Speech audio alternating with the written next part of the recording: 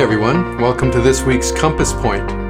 This coming Sunday, we are going to be at the conclusion of our series of reflections on the fruit of the Spirit, the 9 virtues that we read about in Galatians 5, love, joy, peace, patience, kindness, goodness, faithfulness, gentleness. This Sunday, we will consider the final fruit, self-control. I want to introduce that in this Compass Point video by acknowledging that the word control is not always a word that we think very positively about. In fact, we sometimes refer to people as having a bit of a controlling personality. These are people that restrict our freedom, that don't enable us to live perhaps as we would want to. They are people who, sometimes because they are so insecure, want to exert that control over other people. They restrict them. They actually may even do harmful things to them, because life for people who have a controlling personality is ultimately all about them. And the only reason people exist in their lives is to sort of feed their self-esteem or meet whatever expectations they have. Controlling people are not kind, good, gentle, faithful people. They don't have much evidence of any of the fruit of the Holy Spirit in their lives. And sometimes when we think about control in the ultimate sense, in terms of a relationship with God, there are those who say that God is the supreme controlling personality. He demands full obedience. He might even be perceived as someone who wants to stifle our joy or restrict our freedom. But as we will see Sunday, the exact opposite is true.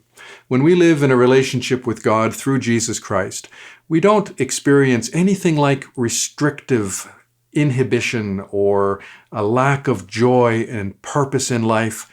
No, it's the exact opposite. We only experience true joy and real living when we live that life in a relationship with Jesus Christ.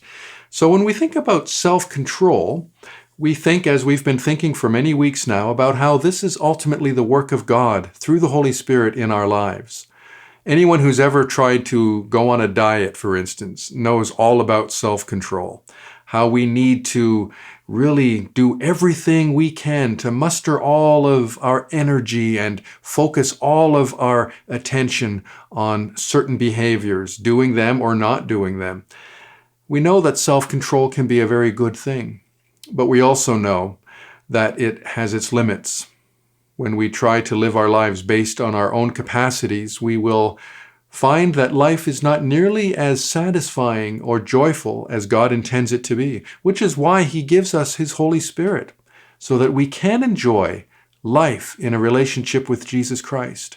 Self-control in its ultimate sense, as we will see further on Sunday, is not restrictive, but it is in every way liberating and the source of real joy. Last week, you may recall that I read those beautiful words recorded in Matthew 11, where Jesus invites us to come to Him and experience true rest, to lay all our burdens down and be yoked with Jesus, walking step by step with Him. That really is something that connects well with self-control. And here's why. Eugene Peterson, in his paraphrase of those beautiful words in The Message, describes it or paraphrases it this way. Picture Jesus asking you this question even now. Are you tired, worn out, burned out on religion? Come to me, get away with me, and you'll recover your life. I'll show you how to take a real rest. Walk with me and work with me. Watch how I do it. Learn the unforced rhythms of grace. I won't lay anything heavy or ill-fitting on you.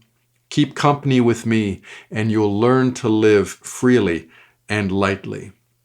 It's as if Jesus is saying in those words to every human being, I know you're trying to figure out what life is really all about, but the only way you will ever really discover that and experience that is by walking with me. You can stop trying to do everything on your own, which means, as we will see on Sunday, you can stop relying on your own capacities and strength, your own self-control.